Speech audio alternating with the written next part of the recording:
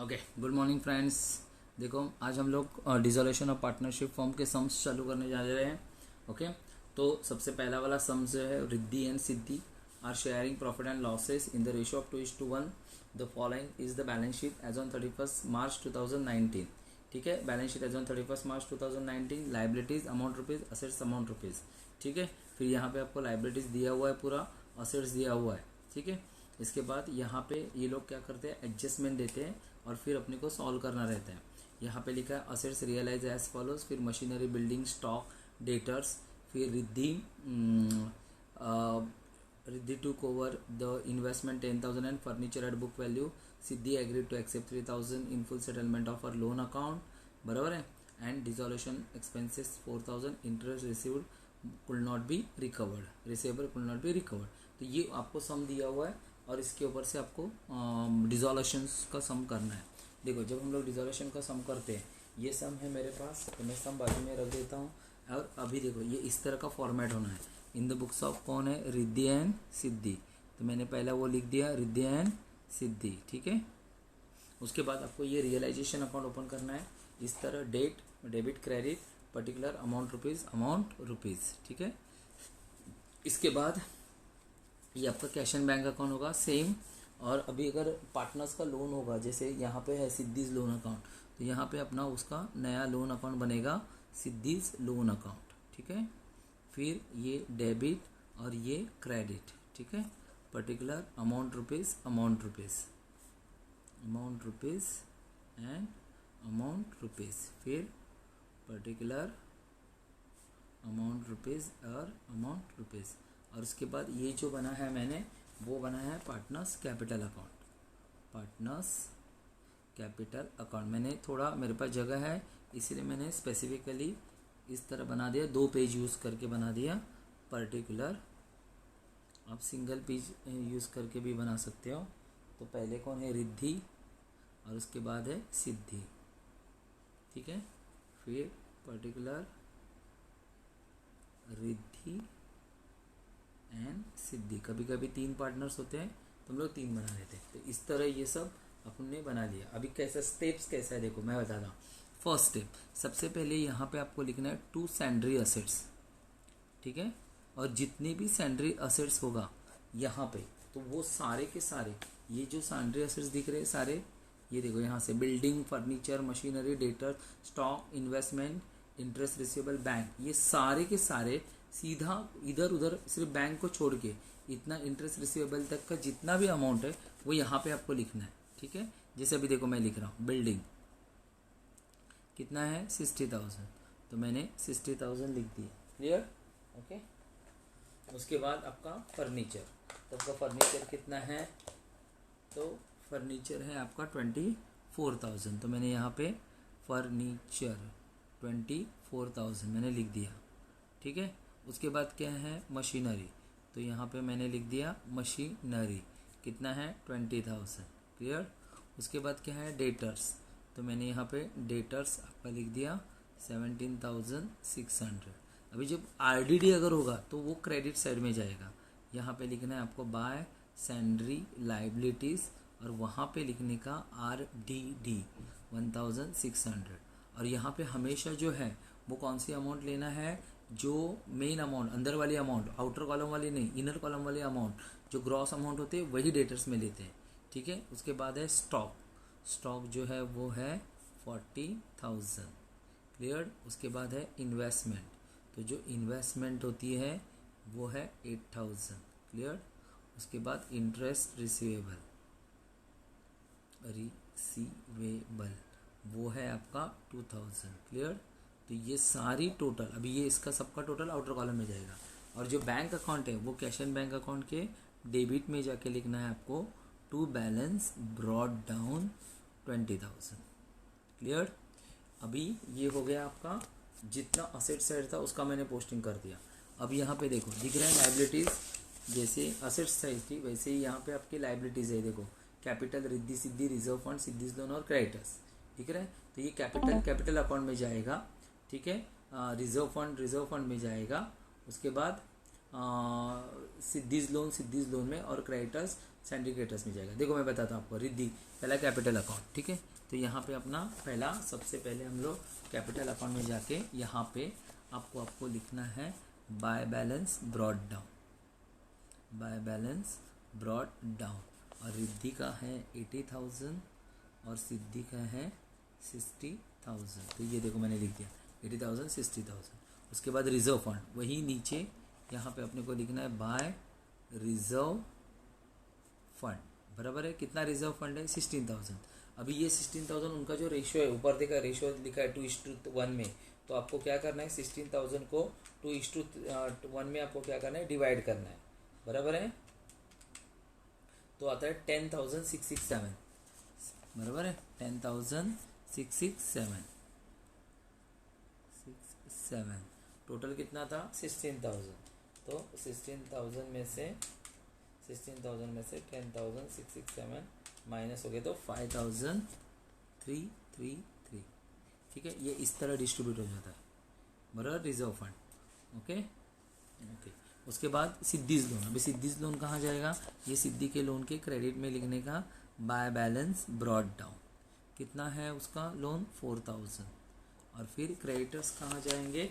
यहाँ पे salary liabilities में आपका क्रेडिटर्स, ठीक है, 30,000। तो इस तरह इसकी टोटल आ गई 31,600।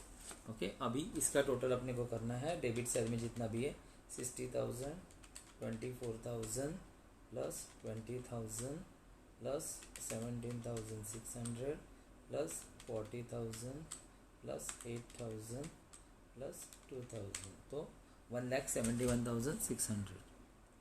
1,600। अभी देखो ये हो गई पोस्टिंग, मतलब जब तक पोस्टिंग नहीं होते थे एडजस्टमेंट की तरफ देखना ही नहीं है अपने को। ये सब इतना पहला सबसे डिसोल्यूशन ऑफ पार्टनरशिप फर्म में सबसे इंपॉर्टेंट होता है पोस्टिंग। तो ये सारी पोस्टिंग पहला करके लेने का, बराबर ने। रियलाइजेशन के डेबिट में सारे सैंड्री असेट्स, रियलाइजेशन के क्रेडिट में सारे सैंड्री लाइबिलिटीज। उसके बाद बैंक में जाएगा। अगर पार्टनर्स का लोन होगा तो उसका बाय बैलेंस ब्रॉड डाउन, और जितना भी कैपिटल है उसकी बैलेंस यहाँ पे आएगा। जितने रिजर्व होंगे वो इतने यहाँ पे ट्रांसफर होंगे, ठीक है। ये सब होने के बाद, इतना होने के बाद ही हम लोग को क्या करना है, जो एडजस्टमेंट होती है वो चेक करनी है, ठीक है। ओके। तो अभी मैं क्या करने जा रहा हूँ, एडजस्टमेंट चेक करने जा रहा हूँ। तो सबसे पहले लिखा है असेट्स रियलाइज। अभी देखो असेट्स रियलाइज हो गया। अभी जितने भी असेट्स है आपके पास बुक है ना, तो असेट्स रियलाइज, ये असेट्स इधर लिखा है आप लोगों ने डेबिट में। जब असेट्स रियलाइज बोलेंगे तो क्रेडिट साइड में जाने का, और फिर क्या लिखना है, बाय बैंक अकाउंट, क्योंकि ये सब रियलाइज हो गए, मतलब पैसा मिल गया। कैश एंड बैंक का मैंने एंट्री बताया था, cash and bank account debit to realisation account. तो रियलाइजेशन के क्रेडिट में बाय बैंक अकाउंट। कौन से असेट्स रियलाइज हो गए? मशीनरी, ठीक है। कितना है रियलाइज हुआ? 22,000। उसके बाद क्या रियलाइज हुआ? बिल्डिंग। तो आपका बिल्डिंग कितना रियलाइज हुआ? 28,000, क्लियर। उसके बाद क्या रियलाइज हुआ? स्टॉक। तो आपका स्टॉक कितना रियलाइज हुआ? 38,000, बराबर है। और फिर डेटर्स, तो आपका डेटर्स कितना रियलाइज हुआ? 15,000, बराबर है। ओके। तो ये सारे इतने असेट्स आपके क्या हो गए? रियलाइज हो गए, ठीक है। फिर आप लोगों को इसका क्या करना है? टोटल करना है। जो भी अभी जो टोटल आया है उसका 22,000 प्लस 28,000 प्लस 38,000 प्लस 15,000, तो आपकी टोटल आई 1,03,000। फिर यहाँ पे आपको लिखना है 1,03,000, ठीक है। अभी एडजस्टमेंट के दो इफेक्ट होते हैं, तो एक रियलाइजेशन के क्रेडिट में गया, तो दूसरा कैश एंड बैंक के डेबिट में जाएगा। यहाँ पे आपको लिखना है रियलाइजेशन अकाउंट। क्या लिखना है? रियलाइजेशन अकाउंट, और ब्रैकेट में लिखना है असेट्स रियलाइज, और अमाउंट लिखना है 1,03,000, क्लियर। ओके। तो ये आपका असेट्स रियलाइज हुआ। उसके बाद सेकेंड एडजस्टमेंट है Riddhi took over investment and furniture at book value, ठीक है। तो यहाँ पे रिद्धि ने टेक ओवर किया। यहाँ क्या टेक ओवर किया? असेट्स टेक ओवर किया ना, असेट्स इधर ही है ना, इन्वेस्टमेंट भी इधर है और फर्नीचर भी इधर ही है ना, तो अपन क्रेडिट साइड में जाने का और यहाँ पे लिखने का बाय रिद्धीज कैपिटल अकाउंट, ठीक है। तो उसने क्या क्या लिया? तो पहला लिया उन्होंने इन्वेस्टमेंट, तो मैं यहाँ पे लिखूंगा इन्वेस्टमेंट। उसने इन्वेस्टमेंट कितने में लिया? 10,000। और फर्नीचर कितने में लिया? तो उन्होंने बोला फर्नीचर बुक वैल्यू में, मतलब 24,000, इसका मतलब इसकी टोटल आ गई 34,000। क्लियर। अब वो जो रिद्धि है उसके डेबिट में जाने का, पार्टनर्स कैपिटल अकाउंट के डेबिट में, और यहाँ पे लिखने का टू रियलाइजेशन अकाउंट। क्लियर। और रिद्धि में जाके लिखने का 34,000। क्लियर। क्योंकि ये रिद्धि ने टू ओवर किया, इसीलिए एक इफेक्ट क्रेडिट साइड में आएगा रियलाइजेशन का, एक पार्टनर्स कैपिटल अकाउंट के डेबिट में आएगा। उसके बाद लिखा है Siddhi agree to accept 3,000 in a full settlement of our loan account. अब देखो ये सिद्धि का लोन अकाउंट है, उसको देने कितने हैं फॉर्म 4,000, पर वो कितने में एग्री हो गई, तो 3,000 में ही एग्री हो गई। ठीक है, तो यहाँ पे हम लोग क्या लिखेंगे, टू बैंक अकाउंट। वो कितने में एग्री हो गए, 3,000 लेने के लिए एग्री हो गए। इसका एक सिद्धि लोन के डेबिट में जाएगा और दूसरा जाएगा बैंक अकाउंट के क्रेडिट में, बराबर कि नहीं। ओके ओके, तो वो अपने कितना कहाँ लिखेंगे, सिद्धि के क्रेडिट में लिखेंगे 3,000 bye सिद्धिज loan account, bye सिद्धिज loan account, और हम लोग यहाँ पे लिखेंगे 3,000। क्लियर। अभी हम लोग क्या करेंगे, सिद्धि का जो लोन अकाउंट है उसको हम लोग क्या करेंगे, क्लोज कर देंगे, बराबर कि नहीं। अभी कितना है सिद्धि, यहाँ पे देखो 4,000 हो गया है ना, और यहाँ पे भी 4,000, इसका मतलब 1,000 का डिफरेंस आ रहा है। ये 1,000 हम लोग का फ़ायदा हुआ, इसीलिए यहाँ पे हम लोग लिखेंगे to realisation account, to realisation account balancing figure. अभी देखो ये कौन से साइड में है, डेबिट साइड में है, सिद्धीज लोन अकाउंट के, तो रियलाइजेशन के क्रेडिट में जाके लिखने का by Siddhi's loan account, loan account 1,000। ठीक है। अब नेक्स्ट एडजस्टमेंट में लिखा डिसोल्यूशन एक्सपेंसेस अमाउंटिंग टू ₹4,000।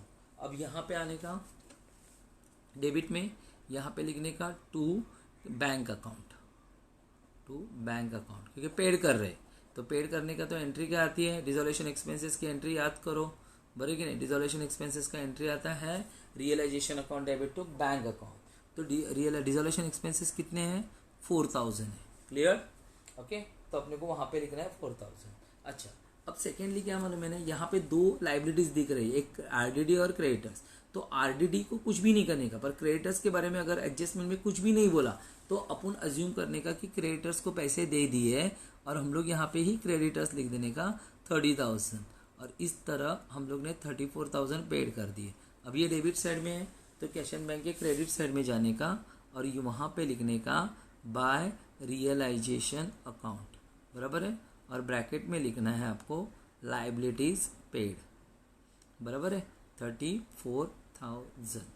अभी देखो यहाँ पे लास्ट एडजस्टमेंट ऐसा लिखा है, इंटरेस्ट रिसीवेबल कुल नॉट बी रिकवर। अभी जो भी इंटरेस्ट हम लोग को मिलने वाला था वो मिला ही नहीं, तो उसका कुछ भी नहीं करना है, बराबर कि नहीं। मिला ही नहीं तो हम लोग क्या कर सकते हैं, खत्म। अब अपने को क्या करना है, अपने को देखना है कि प्रॉफिट हुआ कि लॉस हुआ, तो इसीलिए अपन को क्या करना है, अभी टोटल करनी है, बराबर है। अभी कौन सी साइड बड़ी आती है उसको पहले चेक करो आप लोग, डेबिट साइड बड़ी आती है कि क्रेडिट साइड बड़ी आती है। अभी डेबिट साइड का अमाउंट कितना है, 1,71,600 प्लस 34,000 है, मतलब वो है 2,05,600। तो मैं यहाँ पे लिख के रख देता हूँ 2,05,600। ठीक है।